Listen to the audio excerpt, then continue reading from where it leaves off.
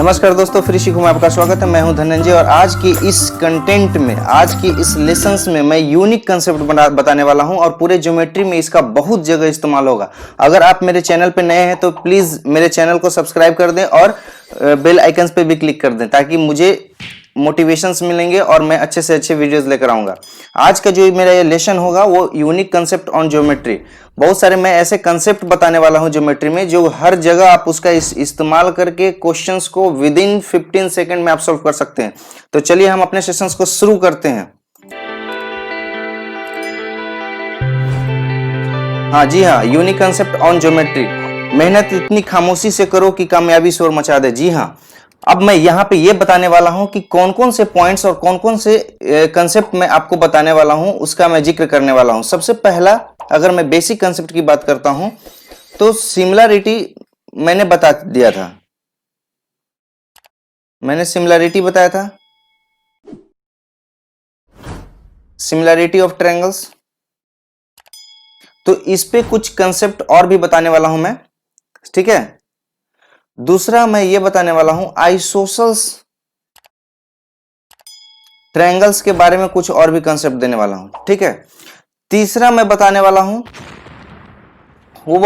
हूं कि किसी भी ट्रायंगल में उसके बेस से किस तरह से हम लोग उसके एरिया को डिवाइड कर सकते हैं। कहने का मतलब एरिया डिवाइड रूल मैं बताने वाला हूं, एरिया डिवाइड रूल। फोर्थ जो मेरा कंसेप्ट होगा वो होगा मास पॉइंट थ्योरी। मास पॉइंट ज्योमेट्री बोलो या मास पॉइंट थ्योरी बोलो। मास पॉइंट जब हम लोग मैथ्स में पढ़ रहे हैं तो मास पॉइंट ज्योमेट्री बोलेंगे, ठीक है। मास पॉइंट ज्योमेट्री, ठीक है। और एक और हम बताएंगे क्या, एक सेंटर, एक सेंटर के बारे में जिक्र करेंगे। अगर हम इसमें बात करते हैं तो सिमिलरिटी की बात करेंगे, सबसे पहला सिमिलरिटी की बात करेंगे, उसके बाद आइसोसेल्स की बात करेंगे, उसके बाद एरिया डिवाइड रूल की बात करेंगे, उसके बाद एक सेंटर की बात करेंगे और उसके बाद हम लोग मास पॉइंट ज्योमेट्री की बात करेंगे। तो मास पॉइंट ज्योमेट्री एक बहुत ही अच्छा टॉपिक है और इसको बहुत सारे बच्चे समझ नहीं पाते हैं, इसलिए मैं इसको लास्ट में ले रहा हूं ताकि आप अच्छे से स्टेप बाय स्टेप समझ पाए और उस पर कुछ मैं क्वेश्चंस भी कराऊंगा। तो मेरे सेशंस को पूरा लास्ट तक देखिएगा, यहां से आप बहुत कुछ सीख कर जाएंगे जो जनरल वीडियोस यूट्यूब पे सर्च करने पे नहीं मिलते हैं। वैसे मैं वीडियोस यूनिक लेकर आया हूं तो यहाँ पे बहुत कुछ आपको सीखने को मिलेगा। तो सबसे पहले अगर हम बात करते हैं सिमिलरिटी की, सबसे पहले अगर हम बात करते हैं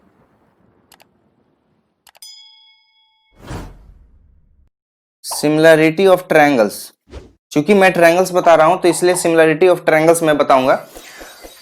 मैंने बताया था कि कोई भी दो ट्रायंगल्स आपस में कब सिमिलर होते हैं। अगर मान लो ये ABC एक ट्रायंगल है, दूसरा ट्रायंगल अगर PQR है, तो आपस में कब कब सिमिलर हो सकते हैं। मैंने बताया था कि एंगल एंगल सिमिलरिटी से सिमिलर होंगे, एंगल एंगल एंगल सिमिलरिटी से सिमिलर होंगे। एंगल एंगल सिमिलरिटी जब हो गया, दो एंगल किसी भी ट्रायंगल्स में इक्वल हैं किसी दूसरे ट्रायंगल के दो एंगल के साथ, तो जाहिर सी बात है कि तीसरे एंगल्स का भी इक्वलिटी होगा। तो इसलिए एंगल एंगल सिमिलरिटी कहो या फिर AAA सिमिलरिटी कहो। फिर मैंने बताया था साइड एंगल साइड सिमिलरिटी, ये भी सिमिलरिटी एग्जिस्ट करता है। फिर एंगल साइड एंगल सिमिलरिटी बताए थे, ये भी एग्जिस्ट करता है। इसमें क्या होता है कि एंगल क्या होना चाहिए, इक्वल होना चाहिए, और साइड का क्या होना चाहिए, रेशियोज होना चाहिए। इसमें क्या होंगे, एंगल्स इक्वल होंगे, साइड का रेशियोज होंगे। ये मैं बता चुका हूं इसलिए मैं पूरा डिटेल्स में यहाँ पे नहीं बताऊंगा, पिछले लेसन्स में मैंने बता दिया था। अगर आप पिछले लेसन्स को नहीं देखे हैं तो मेरे अदर वीडियोस को भी जाकर देखिए, वहां पे अच्छे से एक्सप्लेनेशन दिया हुआ है इसका, ठीक है। मैं फिलहाल अभी यहाँ पे ये बताना चाहता हूं कि इतने सारे प्रॉपर्टीज के हेल्प से हम लोग दो ट्रायंगल को सिमिलर बता सकते हैं। तो जब दो ट्रायंगल सिमिलर हो जाते हैं तो उसके बाद क्या क्या होते हैं, तो कोरस्पॉन्डिंग साइड का रेशियोज होते हैं इक्वल। अगर हम बात करते हैं AB अपॉन PQ की, तो किसके इक्वल होंगे, BC अपॉन QR के, और ये कि इसके इक्वल होंगे AC अपॉन PR के, होंगे कि नहीं। उसके बाद मैंने ये भी बताया था कि ट्रायंगल का पेरीमीटर का जो रेशियोज होता है ना, वो भी यही होता है। तो perimeter of triangle, perimeter of triangle ABC upon perimeter of triangle PQR, ठीक है। Perimeter of triangle ABC upon perimeter of triangle PQR, इन दोनों का भी रेशियो वही होगा जो उनके साइड का रेशियोज होगा। ठीक है, इतना ही नहीं, अगर हम कोरस्पॉन्डिंग मीडियंस की बात करते हैं, कोरस्पॉन्डिंग मीडियंस की बात करते हैं, कौन से ट्रायंगल के? पहले वाले ट्रायंगल, मतलब of triangle ABC upon corresponding medians of triangle P Q R. कहने का मतलब क्या, अगर मान लो हमारा यहाँ पे मीडियंस हम बना लेते हैं, इसमें 3 मीडियंस रहेंगे तो इसमें भी 3 मीडियंस रहेंगे। किसी भी ट्रायंगल्स में कितने मीडियंस बनते हैं? 3 ही ना बनते हैं, D E F S T U. तो हम यहाँ पे ये बताने की बात कर रहे हैं कि AD अपॉन PS हो जाएंगे, ये किसके हो जाएंगे? AD अपॉन PS हो जाएंगे। और ये किसके इक्वल होंगे? AD upon PS। दूसरा BE upon QT, BE upon QT, ये क्या है? मीडियंस ही है ना जी। तो कोरस्पॉन्डिंग मीडियंस जो हम लोग ले रहे हैं CF upon RU, CF upon RU, ये मीडियंस क्या है? रेशियोज में इक्वल होंगे। किसके इक्वल्स होंगे? जो उनके साइड का जो रेशियोज होगा वही रेशियोज उसके पेरीमीटर का भी रेशियोज होगा, वही रेशियोज उसके मीडियंस का भी होंगे, और वही रेशियोज उनके हाइट का भी होंगे, वही रेशियोज उनके हाइट का भी होंगे। ठीक है, कोरस्पॉन्डिंग अगर हाइट लेते हैं तो उनका भी रेशियोज क्या होंगे? वही होंगे। तो ये चीज जो है ना, ट्रायंगल एबीसी का और ट्रायंगल पीक्यूआर का, तो ये सभी के सभी रेशियोज क्या होंगे? इक्वल होंगे। तो दो ट्रायंगल जब सिमिलर होंगे तो इन सारी चीज का मतलब क्या होंगे? इक्वल होंगे। साथ साथ इतना ही नहीं, अगर हम कैपिटल आर की बात करें, R1, और अगर हम कैपिटल R2 की बात करें, R1 और R2 क्या है बता देते हैं। एक है सर्कमसेंटर, अगर हम यहां से सर्कल बनाए तो ये तीनों के तीनों वर्टेक्स को गुजरेंगे। अगर हम यहां से सर्कल बनाए कैपिटल R, तो तीनों के तीनों क्या होंगे? सर्कल के वर्टेक्स से गुजरेंगे। तो यही हम कहना चाह रहे हैं कि ये अगर सेंटर से इसकी दूरी R1 है और अगर ये सेंटर से इसकी दूरी R2 है, सेंटर मतलब इसका सेंटर कोई जरूरी नहीं कि यहीं पे हो, मीडियंस एंगल बाइसेक्टर का होता है ना, एंगल बाइसेक्टर और परपेंडिकुलर बाइसेक्टर। तो परपेंडिकुलर बाइसेक्टर का सेंटर कहीं भी हो सकता है। परपेंडिकुलर बाइसेक्टर जो होते हैं उसका सरकम सेंटर हम लोग बनाते हैं। कैपिटल R किसका होता है? परपेंडिकुलर साइड बाइसेक्टर का। जैसे अगर BC साइड है तो ये इसका परपेंडिकुलर करेंगे और बाइसेक्ट करेंगे, और ये सभी के साइड जब एक जगह मिलेंगे वो हो जाते हैं पॉइंट सरकम सेंटर का, और वही पॉइंट से हम लोग सर्कल ड्रॉ करते हैं तो इस तरह का सर्कल तीनों वर्टेक्स को क्रॉस करते हुए बनता है।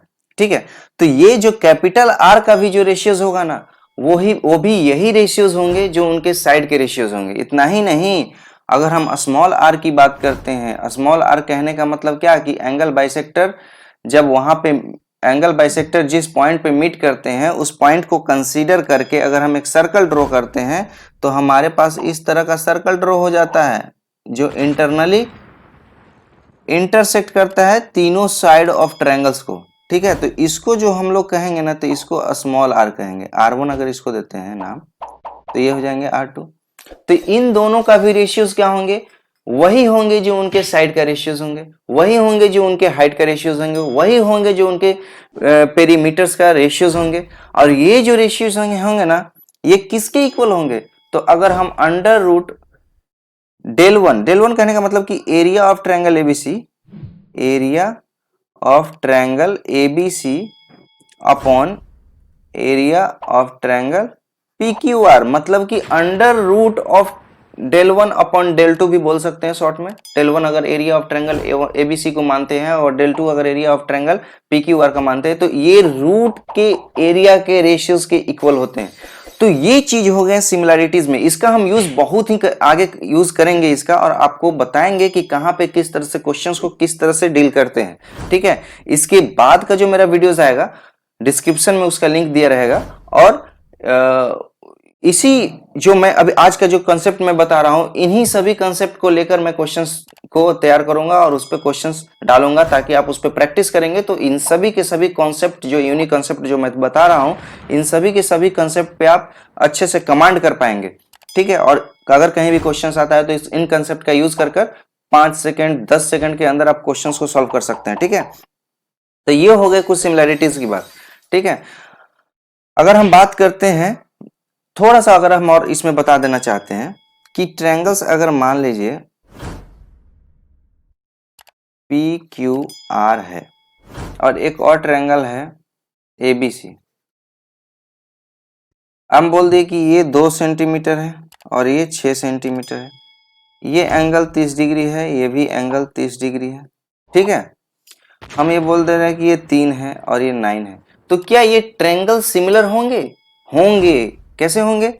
देखिए, मैंने क्या बताया कि साइड का रेशियोज अगर हम A B upon P Q लिखते हैं तो क्या हो जाएंगे 6/2, क्या आएंगे 3, मतलब 3:1 आ गया ना रेशियोज। अगर हम बात करते हैं B C upon Q R, तो यहां से हमारा रेशियोज क्या आ गया, वही आ गया ना 3:1। तो दो साइड का रेशियोज क्या है, इक्वल है, साथ साथ हमारा क्या आ रहा है, एंगल्स भी इक्वल हो रहा है। तो क्या मैंने बताया था, साइड एंगल साइड से क्या हो जाएंगे, सिमिलर हो जाएंगे दो ट्रायंगल।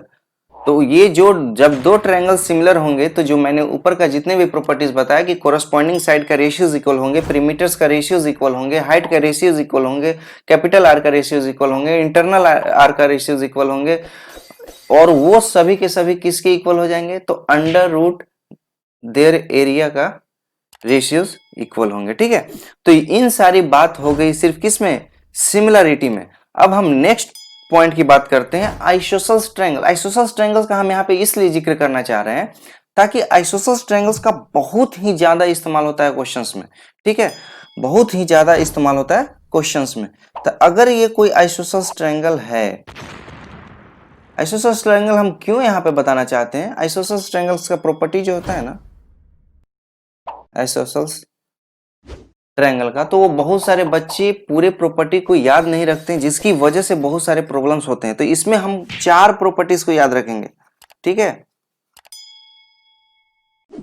और 4 प्रॉपर्टीज में से कोई भी 2 प्रॉपर्टीज अगर किसी भी ट्रायंगल्स में दिख गया ना, तो आप आंख बंद करके कह दीजिए कि वो आइसोसेल्स ट्रायंगल्स है।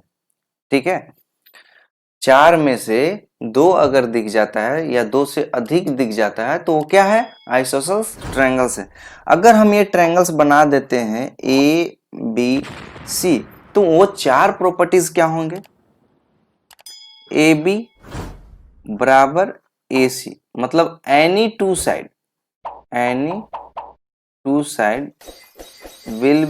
विल इक्वल, कोई भी 2 साइड हो सकता है, ए बी और बी सी भी इक्वल हो सकता है। तो हम यहां पे बताना चाह रहे हैं कि कोई भी 2 साइड इक्वल लेना है 4 प्रॉपर्टीज के अंतर्गत। ठीक है, दूसरा प्रॉपर्टीज होगा, अगर हम यहां से मीडियंस ड्रॉ करते हैं, अगर हम इस पे मीडियंस ड्रॉ करते हैं और मैंने बताया कि ये और ये इक्वल है, तो जो एडी होगा ना, अगर एडी मीडियंस है, एडी मीडियंस है, तो एडी जो है ना वो परपेंडिकुलर भी होगा। एडी जो होगा वो क्या होगा, परपेंडिकुलर भी होगा, किसके, बीसी के। और इतना ही नहीं, मैंने बताया कि एडी मीडियन है तो क्या भी है, बाइसेक्टर भी है। एडी क्या हो जाएंगे, एडी हो जाएंगे साइड बाइसेक्टर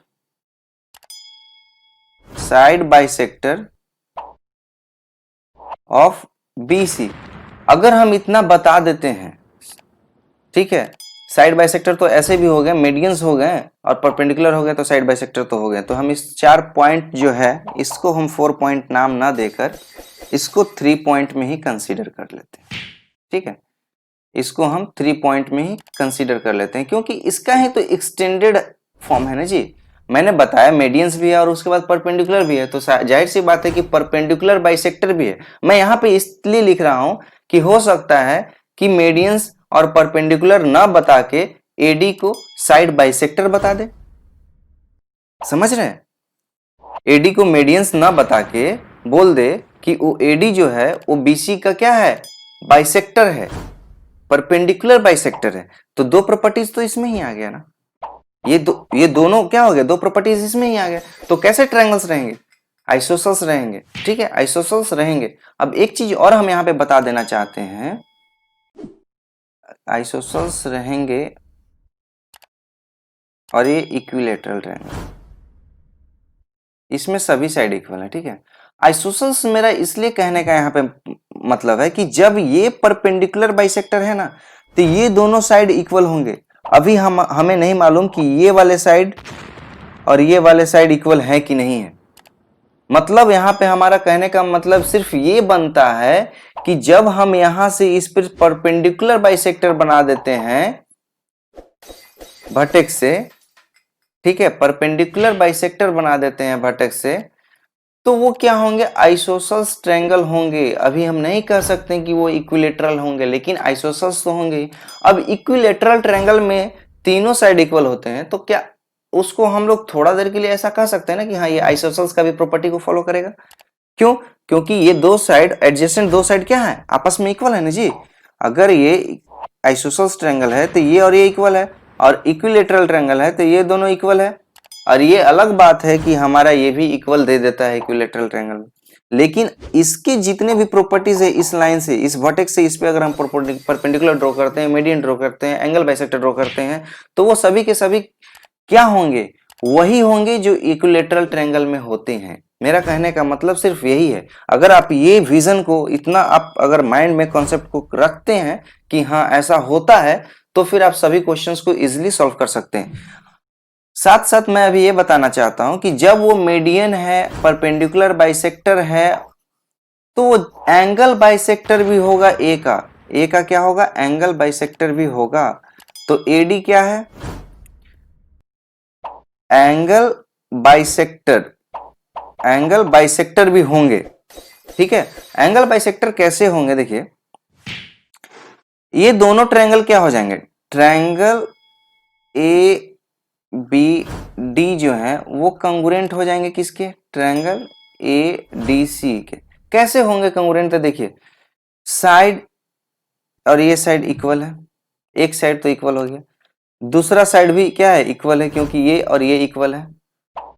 तीसरा साइड तो हमें कॉमन ही मिल गया, तो साइड साइड साइड से क्या हो गया, कंग्रुएंट हो गया। तो जब साइड साइड साइड से कंग्रुएंट हो गया, तो मैंने क्या बताया था कि जब दो फिगर कंग्रुएंट होता है तो उसका जितना भी पैरामीटर्स है, जितना भी उसका मेजरमेंट है, जितना भी उसका डायमेंशंस है, सभी के सभी क्या होंगे, इक्वल होंगे। लेकिन कौन से इक्वल होते हैं, कोरस्पॉन्डिंग इक्वल होते हैं। कहने का मतलब ये और ये साइड हमारा इक्वल है, तो इसके अपोजिट वाले एंगल ये होंगे, इसके अपोजिट वाले एंगल ये होंगे, तो ये दोनों एंगल क्या होंगे, इक्वल होंगे। जब दो एंगल इक्वल होंगे और ये लाइन डिवाइडेड है एडी, इसका मतलब क्या है, AD is the bisector of angle A, है कि नहीं। ये बात अलग है कि ये एंगल भी इक्वल होंगे, और आइसोसेल्स में तो होते ही हैं अपोजिट साइड वाले एंगल से इक्वल होते हैं कि नहीं। जब ये ट्रायंगल्स आपस में कंग्रुएंट हो गए, तो ये जो है एंगल और ये एंगल भी इक्वल होंगे, और जब ये दोनों एंगल इक्वल होंगे, इसका मतलब ये x तो ये भी x। अब 2x मतलब 180, तो 1x मतलब कितना, 90। इसका मतलब क्या हो गया, ये परपेंडिकुलर भी तो हो गया जी। तो ये चीज आप देख रहे हैं, ये विजन को आपको रखना है, आइसोसेल्स के प्रॉपर्टीज को। आइसोसेल्स बहुत बार क्वेश्चंस पूछे जाते हैं और ये नहीं बताता कि हमारे पास क्या गिवन है, पूरा थोड़ा सा घुमा कर क्वेश्चंस को दिया जाता है। तो आइसोसेल्स के प्रॉपर्टीज को अगर आप याद रखते हैं हर एक पॉइंट को, तो आप इजीली क्वेश्चंस को कर सकते हैं। मैं बहुत सारे इस पे क्वेश्चंस लाने वाला हूं और उसका डिस्क्रिप्शंस में लिंक दिया हुआ रहेगा। अभी मैं पूरा कंसेप्ट बताया नहीं हूं, अभी पूरा लेसन को लास्ट तक देखिएगा, बहुत कुछ सीखेंगे। ठीक है, अब अगर नेक्स्ट पॉइंट की अगर बात करते हैं, तो एरिया डिवाइड रूल्स। पहले थोड़ा सा एक्सटीरियर के बारे में बताते हैं, एक सेंटर के बारे में बता देते हैं। ठीक है, एक सेंटर के बारे में बताते हैं, एक सेंटर के बारे में बताते हैं। एक सेंटर एक्चुअली है क्या, एक्स मतलब ही होता है बाहर, बाहर कोई का एक्स बॉयफ्रेंड रहता है ना, एक्स बाहर। ठीक है, तो अगर हम ये ट्रायंगल बनाते हैं, थोड़ा देर के लिए यहाँ पे बना देते हैं, ठीक है। अगर ये हम ट्रायंगल बनाते हैं, इन सेंटर क्या होता था, एंगल बाइसेक्टर जब अंदर में मिलते थे तो उसको हम लोग इन सेंटर बोलते थे। तो एक्स सेंटर किसको बोलते थे, बोलेंगे बाहर वाले जो एंगल बाइसेक्टर होंगे, बाहर वाले जो एंगल बाइसेक्टर होंगे, ये क्या है, एक्सटीरियर एंगल है। तो एक्सटीरियर एंगल के जो बाइसेक्टर होंगे, मतलब ये एंगल इक्वल, ये क्या है, एक्सटीरियर एंगल है। इसके जो बाइसेक्टर हमको मिलेंगे और इस पॉइंट पे मिल जाएंगे। अगर मान लीजिए हम इसको P दे देते हैं, ठीक है, P दे देते हैं, और एक इंटीरियर, एक क्या, एक इंटीरियर, इसको हम लोग क्या बोलेंगे, एक्स पॉइंट बोलेंगे, एक्स पॉइंट बोलेंगे, एक्स पॉइंट या एक्स सेंटर बोलेंगे। एक्स सेंटर लिख लेते हैं हम लोग, एक्स सेंटर बोलेंगे, एक्स सेंटर बोलेंगे, ठीक है, एक्स सेंटर बोलेंगे। अब अगर हम इसका डिफिनेशंस की बात करते हैं तो लिख लेते हैं क्या, it is a point, it is a point of intersections of two exterior angle bisector and one interior angle bisector। दो एक्सटीरियर एंगल बाइसेक्टर का इंटरसेक्शन, साथ साथ एक इंटीरियर एंगल बाइसेक्टर का इंटरसेक्शन, वो क्या कहलाएंगे, एक्स सेंटर कहलाएंगे। एक्स सेंटर क्यों कहते हैं, अब देखिए, जब हम लोग इन सेंटर की बात करते थे तो एक सर्कल बनाते थे अंदर में, तो यहाँ पे भी एक्स सेंटर, अगर आप मेरा वो लेसन नहीं देखें तो उस लेसन को देखिए, जरूर देखिए, बहुत कुछ सीखने को वहां पे भी मिलेगा आपको। अगर हम यहां से एक सर्कल ड्रॉ करेंगे ना, तो ये टच करेगा कैसा, ऐसा,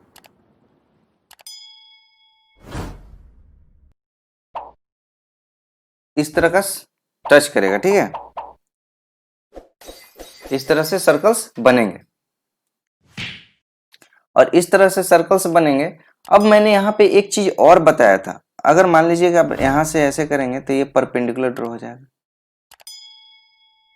टेंजेंट, टेंजेंट के बारे में अभी आप नहीं पढ़े होंगे, अभी हम सर्कल्स में पढ़ाएंगे बहुत सारे चीज, लेकिन यहाँ पे थोड़ा सा अगर आप ध्यान देना चाहेंगे तो समझ सकते हैं इस बात को। अब देखिए, अगर हम बात करते हैं कि एक सेंटर कितने हो सकते हैं, तो ट्रायंगल के जितने साइड हैं उतने एक सेंटर होंगे। हम इधर से भी तो बना सकते थे ऐसा, और इसका एंगल बाइसेक्टर को बनाकर और ये पॉइंट को मिला देते, इसके पॉइंट को मिला देते, तो और एक बोल देते कि ये एक सेंटर हो गया, ठीक है। उसी तरह से इधर भी बन जाएंगे, इधर भी बन जाएंगे, ये एंगल बाइसेक्टर मिलेगा और ये मिलेगा, और यहाँ से हम लोग क्या बना देंगे, एक सर्कल बना देंगे। तो कहने का मतलब एक सेंटर कितने एक सर्कल में एग्जिस्ट कर सकते हैं, तो 3 एग्जिस्ट कर सकते हैं, ठीक है। एक सेंटर कितने रहेंगे, 3 रहेंगे। अब ये एक सेंटर हम लोग क्यों बता रहे हैं और क्यों पढ़ना है और क्यों जानने की जरूरत है, अब हम इसके बारे में बताते हैं नेक्स्ट पेज में। इस पेज में तो बताना संभव नहीं है। अब देखिए, मैंने क्या,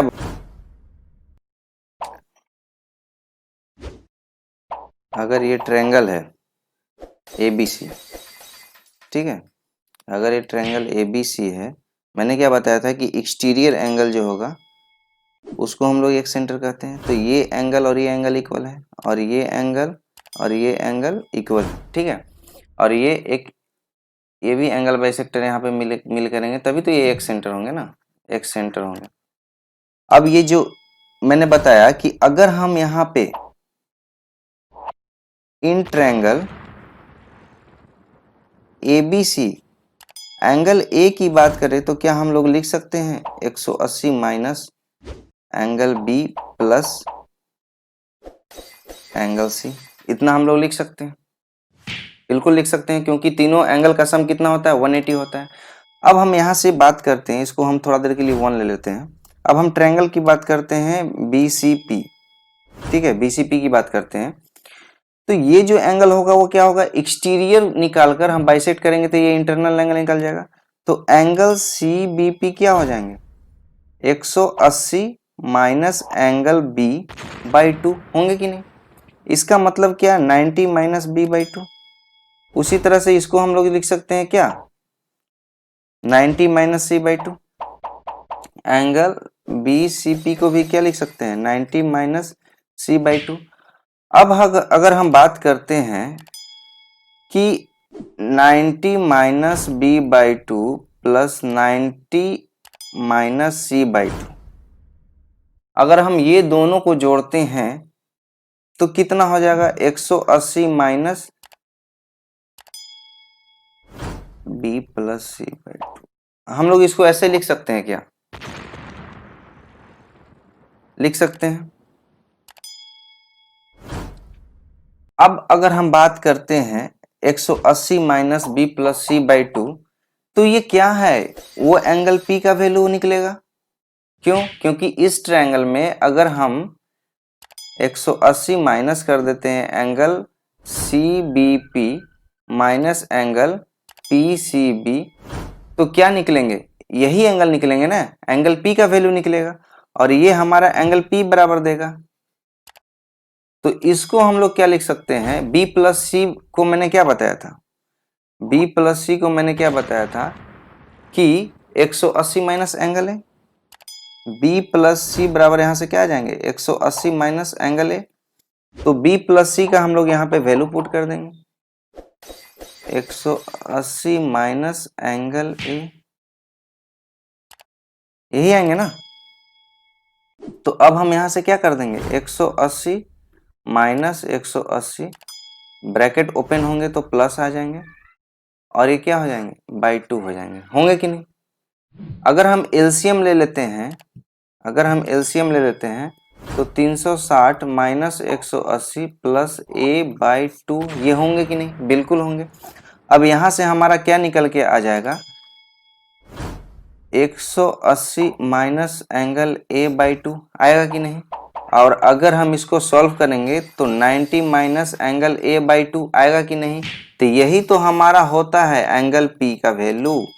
तो ये चीज आपको ध्यान रखना है कि जिस तरह से हम लोग इस एंगल्स में निकाल रहे थे कि ये वाले angle 90 minus B by two, ये वाले angle 90 minus C by two, तो ये वाले भी एंगल क्या 90 माइनस ए बाई टू, यही हम बताने की कोशिश कर रहे हैं। ठीक है, तो अब हम बताते हैं कि एक सेंटर का, ये हम बताएं क्या, एक सेंटर का एंगल कितना आता है और कैसे निकलता है, ये हम बताएं। ठीक है, अगर हम बात करते हैं इन सेंटर में, तो इन सेंटर में आपको पता ही होगा और बताया ही है मैंने कि जब भी ये कोई ट्रायंगल है और ये एंगल बाइसेक्टर है, अगर ये एंगल बाइसेक्टर है और ये एंगल बाइसेक्टर है और यहाँ पे मिलता है, तो इस एंगल का वैल्यू क्या होगा, 90 माइनस, माइनस कहाँ पे था, एक्सटीरियर वाले में था, तो यहाँ पे क्या हो जाएंगे, प्लस हो जाएंगे, प्लस ए बाई टू। ऐसा क्यों होगा, देखिए अगर ये बाइसेक्टर है तो ये वाई तो ये भी वाई, अगर ये एक्स है तो ये भी एक्स और ये है तो ए। अब हम जानते हैं कि तीनों एंगल का सम कितना होता है, मतलब 2x प्लस 2y प्लस ए बराबर कितना हो जाएगा, 180, होगा कि नहीं। अब यहाँ से 2 कॉमन ले लेते, x प्लस वाई बराबर 180 माइनस ए, होंगे कि नहीं। अब x प्लस वाई का वैल्यू क्या आ जाएंगे, 90 माइनस ए बाई टू, होंगे कि नहीं, 90 माइनस ए बाई टू होंगे कि नहीं। अब 90 माइनस ए बाई टू हमारा इसका, ये दोनों एंगल का वैल्यू निकल गया, तो ये एंगल का वैल्यू कितना होगा कि 180 होगा। तो जाहिर सी बात है कि 90 प्लस ए बाई टू, तभी तो ये दोनों को मिलेंगे, तो ये कैंसिल होकर 180 आ जाएगा ना। समझ रहे हैं क्या, क्यों, क्योंकि तीनों एंगल का सम कितना होता है ट्रायंगल में, 180 होता है। तो इस तरह से हम लोग निकाल सकते हैं। यहाँ पे आपको वनडे एग्जाम में निकालने की जरूरत नहीं है, सिर्फ आपको इतना कंसेप्ट याद रखना है कि जब अंदर होगा इंटरनल बाइसेक्टर, जब इंटरनल बाइसेक्टर होगा तो वहां पे प्लस का साइन लगा देंगे, जब एक्सटर्नल होगा तो वहां पे हम लोग माइनस का साइन लगा देंगे। ठीक है, 90 माइनस ए बाई टू, ये ऑलरेडी मैंने बता चुका था। तो ये हो गई क्या, एक सेंटर की बात। एक सेंटर कितने होंगे, 3 होंगे। किसी भी ट्रायंगल में कितने एक सेंटर हो सकते हैं, 3 हो सकते हैं। ठीक है, तो ये हो गई एक सेंटर की बात। अगर हम बात करते हैं सेकेंड पॉइंट की, मतलब सेकेंड पॉइंट कौन सा हो गया, कितने बताया मैंने पॉइंट, ये एक सेंटर बताया मैंने, आइसोसेलेस से बनाया। ये फोर्थ पॉइंट है शायद, ये फोर्थ पॉइंट है। और फोर्थ पॉइंट की अगर हम बात करते हैं तो हम बताते हैं area divide rule, area divide rule, ये बहुत ही इंपॉर्टेंट टॉपिक है, बहुत ज्यादा इंपॉर्टेंट टॉपिक है, बहुत ही इजी टॉपिक है, इससे इजी पूरे ज्योमेट्री में शायद ही होगा। तो देखिए ये क्या है कि अगर कोई भी ट्रायंगल है, अगर कोई भी ट्रायंगल है, तो ट्रायंगल का बेस एक्चुअली होता है क्या, हम लोग अपने मर्जी से मानते हैं ना बेस। अगर ये इस तरह का ट्रायंगल है तो हम लोग बोलते हैं कि चलो भाई ये बेस हो गया, ठीक है। अगर आप इधर से देख रहे हैं, इधर से देख रहे हैं मतलब इस ट्रायंगल को आप ऐसे रखे हैं, अगर हम ये ट्रायंगल ए बी सी जिधर से आप देख रहे हैं ना उसी को हम लोग बेस मानते हैं। अब यही ट्रायंगल अगर इस तरह से रखा रहे, ए बी सी यही ट्रायंगल है, ठीक है, इसी ट्रायंगल को हम इस तरह से रख रहे हैं, तो हमारे लिए बेस कौन सा हो जाएगा ये, क्यों, क्योंकि हम लोग इधर से देखेंगे तो यहाँ पे बेस ए बी हो जा रहा है और यहाँ पे बेस क्या था, बी सी था। अगर यही ट्रायंगल को हम लोग ऐसे रख दें,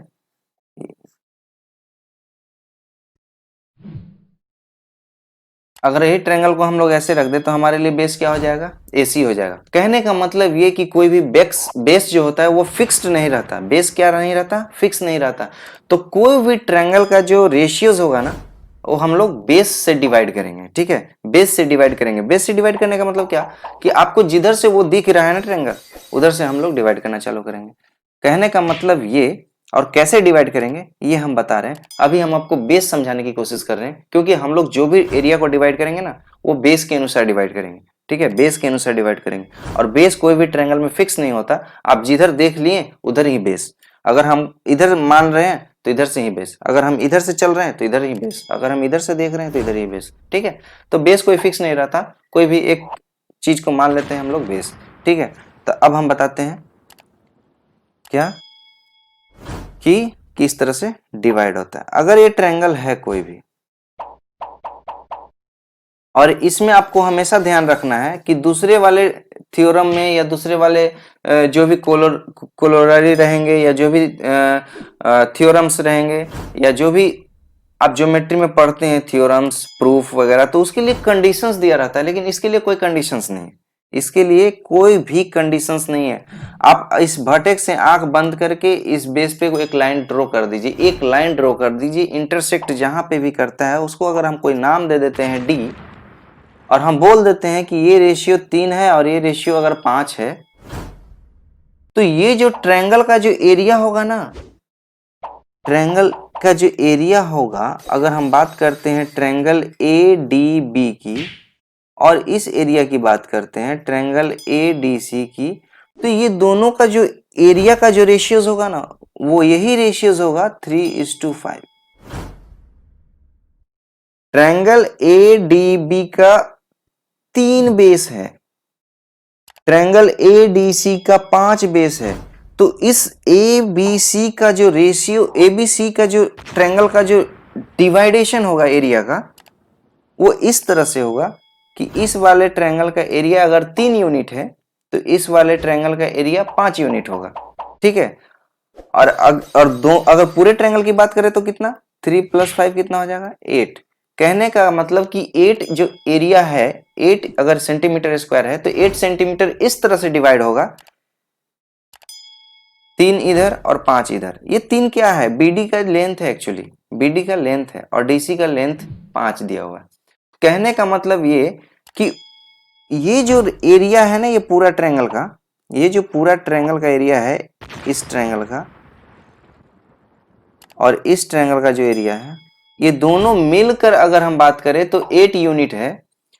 तो छोटे वाले ट्रायंगल का जो एरिया है वो 3 यूनिट है और बड़े वाले इधर वाले ट्रायंगल का एरिया जो है वो 5 यूनिट है। वो कैसे डिवाइड हो गया, तो इस लेंथ डीसी का लेंथ 5 है और बीडी का लेंथ 3 है, तो इसी लेंथ के रेशियोज में उसका एरिया भी डिवाइड होगा। अगर हम बोल दे कि ये पूरे एबीसी ट्रायंगल के एरिया अगर 64 सेंटीमीटर स्क्वायर है, तो हम क्या करेंगे, 3 और 5 को जोड़ देंगे, ये कितना देंगे हमें, 8 देंगे।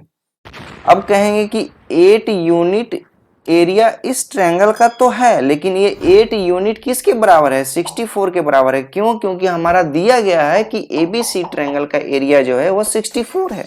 इसका मतलब एक यूनिट किसके बराबर होगा, एक यूनिट किसके बराबर होगा, 8 के बराबर होगा। इसका मतलब कि 3 यूनिट किसके बराबर होगा, तो 3 × 8 मीन्स 24 के बराबर होगा। इसका मतलब कि अगर पूरे ट्रायंगल का एरिया 64 सेंटीमीटर है तो ये छोटे वाले ट्रायंगल का कितना एरिया हो जाएगा? 24 सेंटीमीटर स्क्वायर हो जाएगा। और इसका एरिया हमको 5 यूनिट है, इसका मतलब एक यूनिट जो है वो 8 है, तो 5 यूनिट का कितना हो जाएगा? 40 सेंटीमीटर स्क्वायर। इसका मतलब इसका जो एरिया होगा वो कितना हो जाएगा? 40 सेंटीमीटर स्क्वायर। अब देखो ये दोनों को ऐड कर रहे हैं तो कितना आ रहा है? 64 सेंटीमीटर स्क्वायर हो रहा है। तो हमारा एक्सप्लेनेशन देने का मतलब सिर्फ यही था कि कोई भी ट्रायंगल का जो एरिया होता है उसके बेस के अनुसार डिवाइड होता है, और इसमें कोई भी कंडीशंस नहीं रखा गया है कि जो एडी है वो परपेंडिकुलर बाइसेक्टर है, या फिर एडी जो है वो मीडियंस है, या फिर एडी जो है वो एंगल बाइसेक्टर है, या फिर एडी जो है वो हाइट है। हाइट वाइट कुछ नहीं है, सिर्फ एडी एक लाइन है जो कि ए वर्टेक्स से डी पर ड्रॉ किया गया है। ठीक है, तो आपको यही चीज समझना है। एक बार फिर से आप इस चीज को देख लीजिए। अगर ये ट्रायंगल है, ये कोई भी, अगर हम ट्रायंगल पी क्यू आर मान लेते हैं, और area of triangle P Q R अगर दिया हुआ है 100 सेंटीमीटर स्क्वायर, ठीक है, मैंने एक लाइन ड्रॉ कर दिया और बोल दिया कि ये 2 सेंटीमीटर का है और ये 5 सेंटीमीटर का है। ठीक है, कुछ भी, ये एडी जो पीडी है वो कुछ भी नहीं है, पीडी एक आर्बिटरी लाइन है, ठीक है, जो कि कट कर रहा है क्यूआर को। ठीक है, तो अब हमने क्या बताया कि ये पूरे ट्रायंगल का एरिया 100 सेंटीमीटर है। अगर आपसे पूछ दे कि area of triangle P Q D बताइए, अगर पूछ दे area of triangle P D R बताइए क्या होगा, तो हम लोग कैसे निकालेंगे? तो हम लोग सिंपली क्या करेंगे, ये दोनों को ऐड कर देंगे। 2 + 5 कितना हो गया? 7 हो गया। चलो हम ऐसा लेते हैं नंबर की डिवाइड हो जाए। ठीक है, 2 + 3 ले लेते हैं ताकि इजिली से डिवाइड हो जाए 100, नहीं तो पॉइंट में आंसर आएंगे। तो हम लोग पॉइंट में आंसर नहीं अभी बताना चाहते हैं, क्योंकि आप अभी समझ रहे हो, और पॉइंट पॉइंट की झमेला में पड़ोगे तो फिर समझना थोड़ा सा मुश्किल हो जाएगा। ठीक है, तो अगर हम ये दोनों को ऐड कर दे तो 3 और 2 5 के बराबर आएंगे। 3 और 2 किसके बराबर आएंगे? 5 के बराबर आएंगे।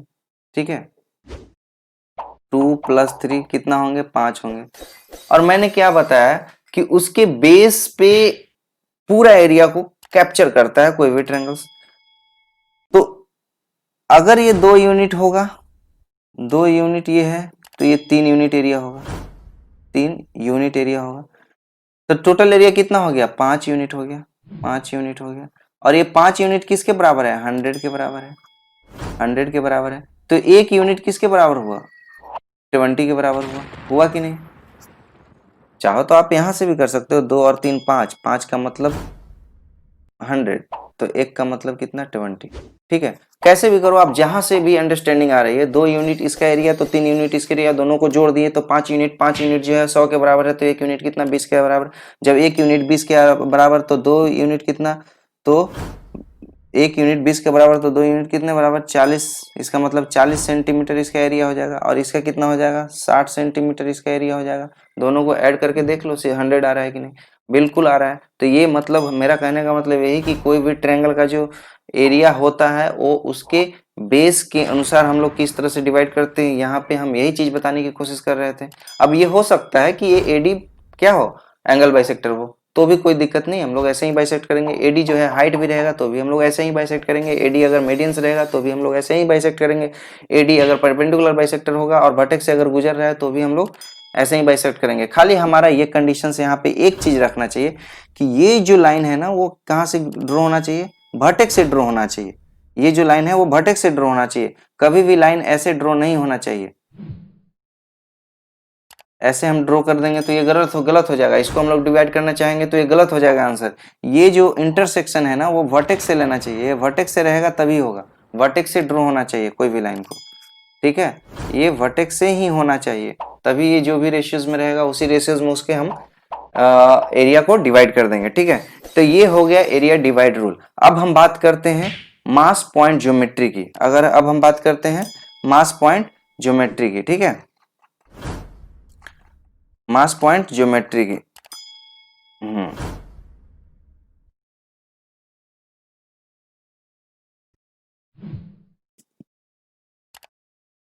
अब हम बात करेंगे किसकी? तो मास पॉइंट ज्योमेट्री की, मास पॉइंट ज्योमेट्री, ये बहुत ही इंपॉर्टेंट टॉपिक है और ये एकदम अच्छे से पढ़िएगा, अच्छे से समझिएगा। मास पॉइंट, मास पॉइंट ज्योमेट्री, ठीक है। देखिए हम लोग बचपन में बहुत सारे चीज झूला पे झूलते हैं बच्चे लोग, और आप भी झूले होंगे।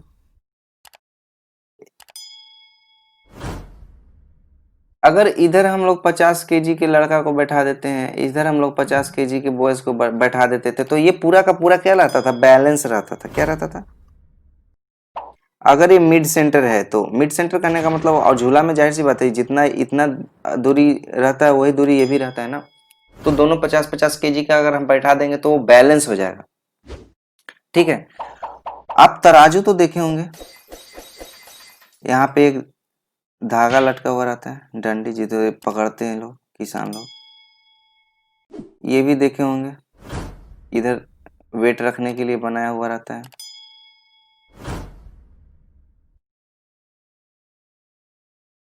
ठीक है। अब हमारा यहाँ पे अगर 2 केजी रखेंगे तो इधर भी 2 केजी रखेंगे, तभी तो ये बैलेंस रहेगा, मतलब ये डंडी पूरा का पूरा क्या रहेगा, स्ट्रेट रहेगा। कहने का मतलब ये कि इसका हम लोग सेंटर निकाल रहे हैं, सेंटर निकाल रहे हैं। जैसे ये पेन है, तो ये पेन है तो ये बैलेंस है, तो ये हमारा मिड पॉइंट है, ठीक है। क्यों? क्योंकि इधर हम लोग भार नहीं लटकाए, इधर भार नहीं लगाए। अगर हम इधर 1 केजी लगा देंगे तो क्या ऐसे उलट नहीं जाएगा? तो मेरा सिर्फ कहने का मतलब ये है अभी आपको, कि हम अभी बैलेंस बता रहे हैं कि किस तरह से बैलेंस रहता है कोई भी चीज। अब हम यहाँ पे ये बताने की कोशिश कर रहे हैं कि अगर ये हमारे पास एक रॉड है और यूनिफॉर्म रॉड है, यूनिफॉर्म करने का मतलब कैसा, एकदम एक जैसा, किधर भी पचका हुआ नहीं, किधर भी थिकनेस नहीं, एकदम बराबर। अगर इधर हमारा डायमीटर जितना है उतना ही डायमीटर हर जगह, ठीक है। अगर ये यूनिफॉर्म है तो इसका जो मिड पॉइंट होगा ना, मिड पॉइंट,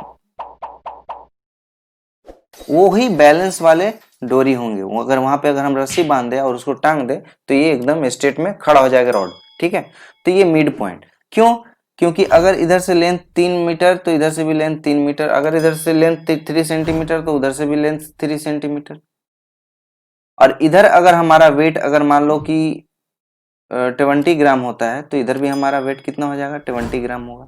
तभी तो ये बैलेंस रहेगा ना, तभी तो इधर से अगर हम पकड़ के उठाएंगे यहाँ से इस सेंटर से तो वो पूरा बैलेंस रहेगा, ठीक है। अब हम यहाँ पे आप समझने की कोशिश कीजिए हम क्यों ऐसा बता रहे हैं और क्या बताने की कोशिश कर रहे हैं, क्या बताने की कोशिश कर रहे हैं। देखिए आप झूला पे जब बैठे होंगे, झूला पे जब आप बैठे होंगे और अगर यहाँ पे हमारा सेंटर है और इस पे 50 केजी का लड़का है और इधर अगर 100 केजी का लड़का है, तो ये क्या हो जाता था, झुक जाता था कि नहीं, ये ऐसे हो जाता था,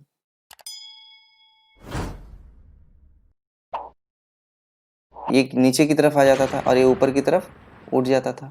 क्यों? क्योंकि इसका भार ज्यादा हो गया। लेकिन अगर ये हम पॉइंट जो सेंटर है जहां पे एक्सिस है, इस एक्सिस को अगर हम शिफ्ट करना चालू करें, शिफ्ट करना चालू करें, अगर यहाँ पे 3 मीटर पे था और इधर भी 3 मीटर पे था, अगर हम कुछ ऐसा कर दें कि अगर ये 50 केजी है, 6 मीटर है ना, टोटल टोटल 6 मीटर है, तो कुछ हम ऐसा कर दें कि यहाँ पे 100 केजी का है और ये जो था ना वो एक्सिस इधर हम घसका दे रहे हैं, इधर घसका दे रहे हैं, इधर डाल दे रहे हैं थोड़ा नजदीक में। अब ये बैलेंस हो जाएगा। क्यों बैलेंस होगा? कि क्योंकि अगर ये 1 मीटर का है तो इधर 2 मीटर, मतलब कि ये, कि अगर ये 3 मीटर है तो ये किधर कितना हो जाएंगे, 6 मीटर का होंगे, ठीक है। 3 मीटर का है तो 6 मीटर का होंगे और 2 मीटर का रहेंगे तो 4 मीटर का रहेंगे। अगर ये 2 मीटर का है तो ये 4 मीटर का होंगे। ऐसा क्यों हम लोग कह रहे हैं? देखिए 2 मीटर का है तो 4 मीटर, क्यों?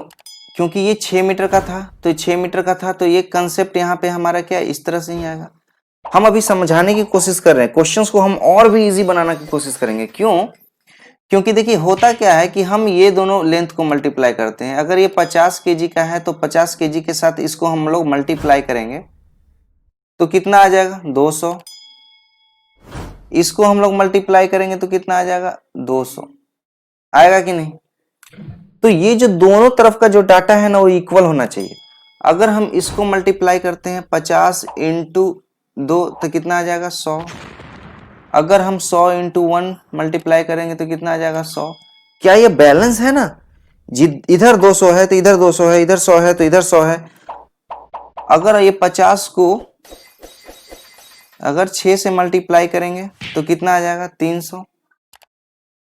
और अगर 100 को 3 से मल्टीप्लाई करेंगे तो कितना आ जाएगा 300। क्या ये बैलेंस है? बिल्कुल बैलेंस है। इसका मतलब जब हम इस एक्सिस को रखेंगे वहां पे तो ये दोनों के दोनों झूला जो है ना वो क्या रहेंगे, एकदम बीचों बीच रहेंगे, इस तरह से रहेंगे। ठीक है, अब हम यहाँ पे बताने की कोशिश कर रहे हैं क्या कि इसका मतलब क्या होता है। तो इसका मतलब यही ना होता है कि अगर ये रॉड है एल लेंथ का, अगर ये रॉड है एल लेंथ का और इधर है एम, हम कुछ भार लगा दिए हैं M1 और M2, और इसको हम लोग डोरी डाल देते हैं और इसको हम बोल देते हैं कि ये भी L1 है और ये भी L2 है। ठीक है, तो हमने क्या बताया था कि M1 और L1 जो होगा वो L2 और M2 के इक्वल होगा, तभी ये बैलेंस होगा। ये कंडीशंस मैंने बताया ना अभी ऊपर में एक्सप्लेनेशन देकर, तभी ये बैलेंस होगा। इसका मतलब क्या होता है आप अच्छे से देखोगे तो M1 अपॉन M2 बराबर L2 अपॉन L1। ठीक है, ये कंडीशंस को फॉलो करेगा या फिर ये कंडीशंस को फॉलो करेगा तभी वो बैलेंस रहेगा, वरना नहीं रहेगा। थोड़ा सा अभी नहीं समझ में आ रहा है तो कोई बात नहीं, लेकिन थोड़ा सा मैं ओवरव्यू देना चाह रहा हूं। अभी मैं पूरा अच्छे से समझाऊंगा। ठीक है, अब हम यही कहना चाह रहे हैं कि अगर ये रॉड है और यहां पे हम भार लगा देते हैं 2 यूनिट, अभी हम नहीं लिखते हैं, और यहाँ पे भार लगा देते हैं तो 3, तो यहाँ पे अगर 3 रहेंगे तो यहाँ पे कितना रहेंगे 2 रहेंगे, तभी तो ये दोनों मिलकर 6 होंगे और इधर भी दोनों मिलकर 6 होंगे। अब समझ रहे हैं क्या? अगर हम यहाँ पे भार लगा देते हैं 3 और यहाँ पे भार लगा देते हैं, अगर हम इसको 3 लेंथ बोलते हैं, इसको 4 लेंथ बोलते हैं, तो यहाँ पे भार कितना होगा आप बताइए? यहाँ पे भार कितना होगा आप बताइए? तो क्या करना है, इधर वाला को इधर लिख देना है 3 लिख देना है, और इधर वाला को इधर लिख देना है 4 लिख देना है। अब देखिए 4 तिहाई 12 और 4 तिहाई 12 बैलेंस हो गया कि नहीं हो गया? ठीक है, हम यही कहना चाह रहे हैं कि अगर ये रॉड है, यहाँ पे अगर हम डोरी लगा देते हैं और यहाँ पे अगर हम 4 केजी का लिख देते हैं और यहाँ पे 5 लिख देते हैं, तो 5 वाला को हम इधर लिख देंगे। ठीक है, 4 वाला को हम लोग इधर लिख देंगे। बैलेंस हो गया कि नहीं? 5 4 जा 20, 5 4 जा 20, बैलेंस हो गया कि नहीं?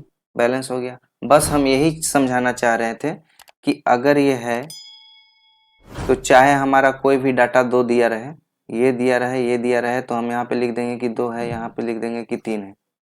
समझ रहे हैं क्या? क्रॉस। अब चलिए इतना अगर आपको समझ में आ गया है तो अब आपको मास पॉइंट ज्योमेट्री कुछ नहीं है, कुछ भी नहीं है। ठीक है, अब हम बात करते हैं ट्रायंगल्स की। मास पॉइंट ज्योमेट्री में ट्रायंगल्स में कैसे यूज करते हैं।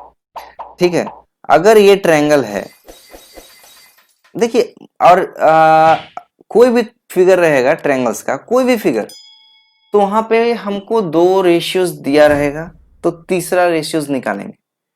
ठीक है, अभी तो हम लोग इसमें क्या पढ़ रहे थे कि कोई एक चीज दिया हुआ था, अगर ये एक रेशियो दिया हुआ था तो ये वाले हम लोग निकाल रहे थे। ठीक है, ये बहुत जरूरी है, ये बहुत जरूरी है। अभी तक हमने क्या बताया था कि अगर हमारा ये दिया हुआ है तो हम लोग ये निकाल लेंगे, या फिर अगर m दिया हुआ है, m1 m2 दिया है तो l1 l2 का रेशियोज निकालेंगे। निकालेंगे कि नहीं? अगर हमारा 3 डाटा दिया हुआ है तो चौथा डाटा का वैल्यू निकल जाएगा, निकलेगा कि नहीं? मतलब 2 दिया हुआ है तो रेशियोज निकलेगा, 3 दिया हुआ है तो वैल्यूज निकल जाएगा। कहने का मतलब ये है कि यहाँ पे एक लाइन को डील करने के लिए तो हमें सिर्फ 2 चीज चाहिए, लेकिन एक ट्रायंगल में डील करने के लिए और ट्रायंगल में उसका यूज करके सॉल्व करने के लिए हमें 2 डाटा की जरूरत पड़ेगी, 2 रेशियोज की जरूरत पड़ेगी। ठीक है, मतलब कहने का मतलब देखिए, आप अच्छे से समझिए क्या हम बताने की कोशिश कर रहे हैं। अगर ये 3 दिया हुआ है, अगर ये 2 दिया हुआ है, और अगर ये 5 दिया हुआ है, और अगर ये 4 दिया हुआ है, तो देखिए मैंने क्या बताया था कि आप इसको ना एक डंडी मान लीजिए, आप इसको ना एक रॉड मान लीजिए। तो अगर ये हमारा रॉड है तो इधर वेट कितना आएगा, क्रॉस 5, इधर वेट कितना आएगा, 4 आएगा कि नहीं। अब अगर हम डंडी इसको मान लेते हैं, 1 मिनट, ये थोड़ा ओवर लाइन जा रहा है। अगर हम डंडी इसको मान लेते हैं, मतलब हम इसको अगर रॉड मान लेते हैं, तो इधर वेट कितना होगा, 3, क्रॉस इधर वेट कितना होगा, 2, क्रॉस, होगा कि नहीं होगा, होगा। अब देखिए, अगर हम सेंटर कुछ देर के लिए हम इस पॉइंट को मान ले, इस पॉइंट को मान ले, तो इधर 2 इधर 3, तो यहाँ पे कितना होना चाहिए था, 5 होना चाहिए था, होना चाहिए था कि नहीं, और होगा कि नहीं, होगा। 3 और 2 5, होगा कि नहीं। और अगर रेड वाले लाइन से देखें तो यहाँ पे वेट कितना होना चाहिए था, 5 और 4 9, ठीक है, 5 और 4 9। जहां पे ये 2 वैल्यू टक्कर खाएगा ना, जहां पे ये 2 वैल्यू टक्कर खाएगा, वहां पे हम लोग एलसीएम निकाल देंगे उस वैल्यू का। तो 5 और 9 का अगर एलसीएम निकालेंगे तो 45 आएगा, कॉमन कॉमन। तो अगर 45 हम इसको बनाना चाहें तो ग्रीन वाला में कितना मल्टीप्लाई करेंगे कि 45 आएगा, 9 से मल्टीप्लाई करेंगे। तो इसमें भी 9 से मल्टीप्लाई करेंगे और इसमें भी 9 से मल्टीप्लाई करेंगे। इसका मतलब इसका वैल्यू हमारा निकल के आ गया कितना, 18। इसका वैल्यू हमारा निकल के कितना आ गया, 27, आए कि नहीं। अब हम 5 वाला में तो 9 से मल्टीप्लाई कर दिए, तो 9 वाला में भी तो मल्टीप्लाई करेंगे ना, 9 वाला में भी तो मल्टीप्लाई करेंगे ना, क्योंकि हमको इक्वल करना है। तो इसमें हम 5 से मल्टीप्लाई कर दिए, तो इसमें भी 5 से मल्टीप्लाई कर दिए, तो कितना आ गया, 25। और इसमें 5 से मल्टीप्लाई कर दिए तो 20। ठीक है, अब हम यही कहना चाह रहे हैं कि जब ये 18 है, ये 20 है, तो ये कितना हो जाएगा, 2। जब ये 25 है और ये 27 है, तो ये कितना हो जाएगा, 2, जो कि आ गया है। अगर अब हमसे पूछा जाए, अगर अब हमसे पूछा जाए, ये हमारा वर्टेक्स किस टाइम का निकला है, ठीक है। अगर अब हमसे पूछा जाए कि ये लेंथ कितना होगा, अगर हमसे पूछा जाए कि ये लेंथ कितना होगा और ये लेंथ कितना होगा, या फिर इसका रेशियोज क्या होगा, तो देखिए यहीं से हम लोग निकाल देंगे। कैसे निकालेंगे, ये 18 है ना, तो ये कितना हो जाएगा, 18 हो जाएगा। ये 2 है ना, तो ये कितना हो जाएगा, 2 हो जाएगा, क्रॉस मैंने पहले बताया था। अब यही हो गया। अगर हम रेशियोज बोलें, अगर हम इसको बोल देते डी हो जाता अगर ये, तो AD अपॉन DB की अगर पूछा जाता क्वेश्चंस में, तो 18 अपॉन 2 आता, जो कि 9:1 रेशियोज की इक्वल आ रहा है। तो क्वेश्चंस में इसी तरह से पूछे जाएंगे और इसका यूज बहुत होंगे, बहुत जगह इसका यूज होंगे। जहां पे 2 वैल्यू आपस में मैच करता है, हम लोग वहां पे उसका एलसीएम ले लेंगे, कहीं पे भी। ठीक है, मैंने क्या बताया था कि एक तराजू होने के लिए 3 जगह होना चाहिए। एक यहाँ पे, यहीं पे तो टोटल भार होता है ना। अगर ये 5 kg का है, ये 5 kg का है, तो ये 10 kg का होता है। और हम लोग बोलते हैं कि ये 5 फिर तो ये भी 5, ये 5 तो फिर ये भी 5।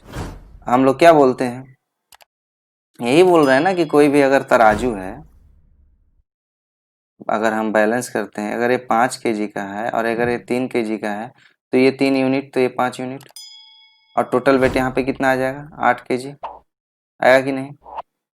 और 5 और 3 8 हो भी रहा है, हो रहा है कि नहीं। तो यही हम कहने का मतलब है कि ये वाला जो डाटा रहेगा, इसका सीधा यहाँ पे आप क्रॉस करा देना, और ये वाला जो डाटा रहेगा उसका सीधा यहाँ पे क्रॉस करा देना, और कुछ नहीं करना है। और सिर्फ आपको देख लेना है कि ये दोनों का जोड़ जो आ रहा है वो 8 आ रहा है कि नहीं। खाली बस आपको इतना ही देखना है, ठीक है।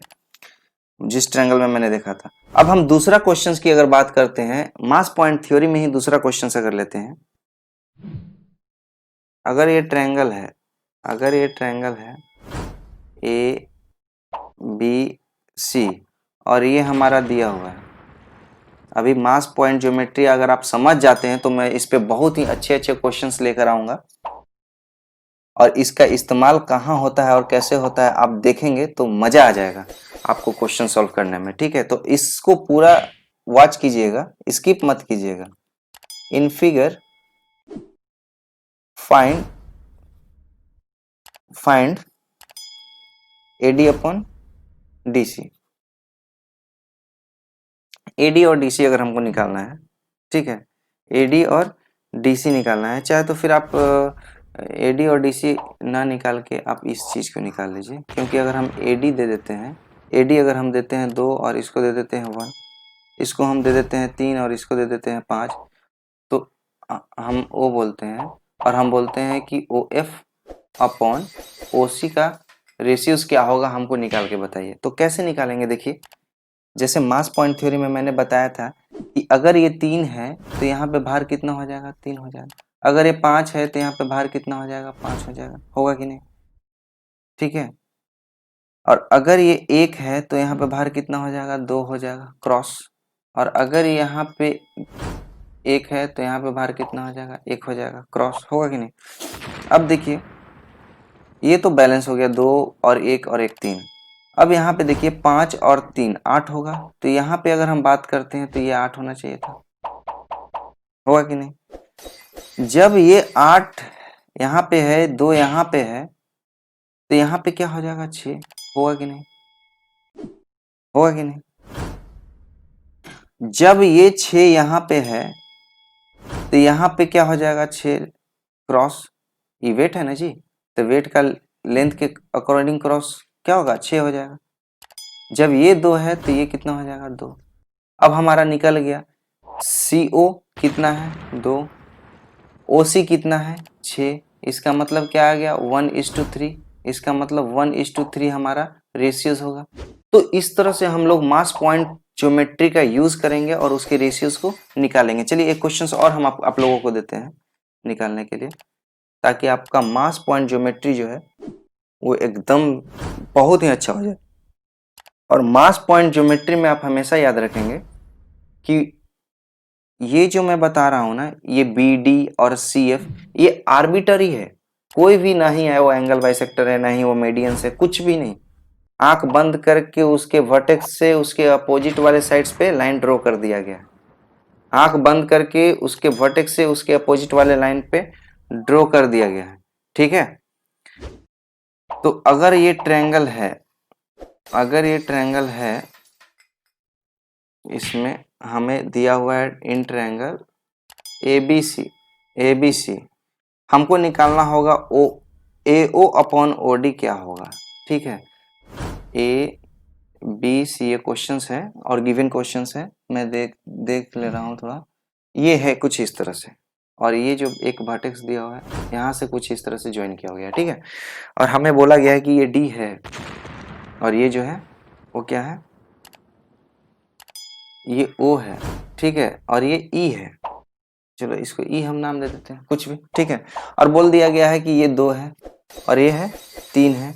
ठीक है, और ये 1 और ये 4 है। तो अब हम इसको निकालना है कि कैसे हम AO अपॉन OD हम लोग कैसे फाइंड आउट करेंगे। देखिए हमने क्या बताया था कि ये जब डंडी इधर है तो इधर वेट कितना हो जाएगा, 4, इसका क्रॉस। इधर वेट कितना हो जाएगा इसके अनुसार, तो 1। अब हम इधर वेट कितना हो जाएगा इसके अनुसार, तो 2। इधर वेट कितना हो जाएगा, तो 3, होगा कि नहीं होगा?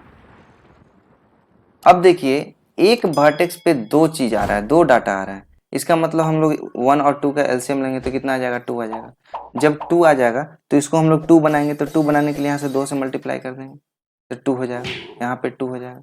इसको जब 2 से मल्टीप्लाई कर रहे हैं तो इसको भी तो 2 से मल्टीप्लाई करेंगे, तो ये कितना हो जाएगा, 8 हो जाएगा, होगा। जब ये 8 है तो ये भी तो 8 होना चाहिए था, तो इसको भी 2 से मल्टीप्लाई कर देंगे तो ये भी 8 हो जाएगा। और जब ये 2 है तो ये भी तो 2 होना चाहिए था, तो इसको भी 2 से मल्टीप्लाई करेंगे तो ये 2 हो जाएगा। कहने का मतलब ये कि हमें पूरा का पूरा टर्म को बैलेंस करते जाना है। जहां पे अब देखिए, अगर हम इधर की बात करें तो ये तो 2 ऑलरेडी है, ये भी 2 है, ये वेट तो 2 है, यहाँ पे भी हमारा वेट टोटल 2 ही आया, तो ये भी 2 है, तो ये 2 है तो इसलिए यहाँ पे भी 2 है, ये 3 है तो इसलिए भी यहाँ पे भी 3 है, उधर तो ऑलरेडी बैलेंस है तो बैलेंस करने की हमको जरूरत नहीं है। अब देखिए, अगर ये हमारा इतना निकल गया तो अगर हम इस पॉइंट पे बात करें तो इस पॉइंट पे वेट कितना आएगा, 5 आएगा, आएगा कि नहीं? इस पॉइंट पे अगर हम वेट की बात करते हैं तो 5 आ रहा है, इस पॉइंट पे वेट की बात कर रहे हैं 4 आ रहा है, तो जाहिर सी बात है कि इस पॉइंट पे वेट हमारा 8 आया है, तो इस पॉइंट पे हमारा वेट कितना आना चाहिए था, 13 आना चाहिए था। जब इस पे 8 है, आना चाहिए था तो आना, कोई दिक्कत नहीं है, 13 से लिखने से कोई मतलब नहीं है हमको। जब ये 8 है इधर, तो इसका मतलब ये जो वैल्यू होगा वो कितना हो जाएगा, 8 होगा। ये 5 है इधर, इसका मतलब क्या है, ये जो वैल्यू होगा वो कितना हो जाएगा, 5 हो जाएगा। तो निकल गया कि नहीं, यही तो हमको निकालना था ना जी। क्या निकालना था, एओ। एओ कितना है, अच्छा ये बीओ और ओई निकल गया हमारा, कोई बात नहीं, बीओ और ओई, तो बीओ और ओई निकल गया हमारा। क्या बीओ और ओई भी पूछ सकता है, बीओ और ओई, तो बीओ हमारा कितना निकल गया, 5, और ओई कितना निकल गया, 8। तो यही तो रेशियोज है ना, यही अगर पूछा जाए तो ये हम लोग इस तरह से बना सकते हैं। अगर हमको ये रेशियोज पूछ रहा है तो हम लोग इसका देखेंगे, यहाँ पे 8 है, यहाँ पे 2 है, तो ये कितना होना चाहिए, 10 होना चाहिए। जब ये 10 है तो ये वाला लेंथ कितना होना चाहिए, 10 होना चाहिए। जब ये 3 है तो ये वाला लेंथ कितना हो जाना चाहिए, 3 होना चाहिए। और देखो ये 10 और 3 को जोड़ रहे हैं तो 13 आ भी रहा है, मतलब ये पूरा का पूरा टर्म क्या है, बैलेंस भी है। इसका मतलब हमारा एओ कितना है, 10 है, तो ओडी कितना है, 3 है। यही तो रेशियोज आ गया। तो इस तरह से हम लोग ज्योमेट्री को सॉल्व कर सकते हैं, किससे, मास पॉइंट ज्योमेट्री मेथड से, ठीक है। और इसका यूज बहुत है, इसका यूज बहुत है, ये तो मैं बस एक एक्सप्लेनेशन दे रहा हूं। अगर ये हमको सभी साइड का रेशियोज बता दे रहा है, और साथ साथ हमने क्या बताया था, एरिया डिवाइड रूल जो मैंने बताया था कि बेस के अनुसार किस तरह से एरिया को डिवाइड होता है, तो ये एरिया को भी डिवाइड हम लोग कर सकते हैं ना, जब हम हमारे पास सारा रेशियोज गिवन रहेगा तो, ठीक है। तो इसका सभी के सभी जो मैंने आज के कंसेप्ट आपको बताए हैं इस वीडियोस में, उनका सभी के सभी कॉन्सेप्ट पे मैं क्वेश्चंस लेकर आ रहा हूं, और उसका डिस्क्रिप्शंस में लिंक दिया हुआ है, तो उस पर क्लिक कीजिए और अपने कॉन्सेप्ट को और भी क्लियर कीजिए। यहाँ पे क्वेश्चन को सॉल्व कर पहले वीडियोस देखिए, वीडियोस देखने के बाद आप सॉल्यूशन मत जाइएगा, सॉल्यूशन मत पहले जाइएगा, पहले आप उसको अपने से सॉल्व कीजिए, उसके बाद मेरा सॉल्यूशंस देखिएगा, ठीक है। पॉज कीजिए, कर दीजिएगा वीडियोस को, उसके बाद सॉल्व कीजिएगा। अगर नहीं सॉल्व होते हैं तब मेरा वीडियोस देखिए, उसके बाद फिर आप खुद से समझिए कि हाँ किस तरह से किए हैं हमने, और किस तरह से हमने रेशियोज निकाला है, उसके बाद हम उसके एरिया को डिवाइड किया है, ठीक है। तो thank you for watching my video, so bye bye, take care, love you all. अगर आप मेरे चैनल को सब्सक्राइब नहीं किए हैं तो सब्सक्राइब कर लीजिए, लाइक कर लीजिए, और अपने फ्रेंड सर्कल में शेयर कीजिए, मुझे मोटिवेशंस मिलेंगे, और मैं ज्यादा से ज्यादा वीडियोस लेकर आऊंगा जैसे ही मुझे मोटिवेशन मिलते जाएंगे। So bye bye, take care, love you all.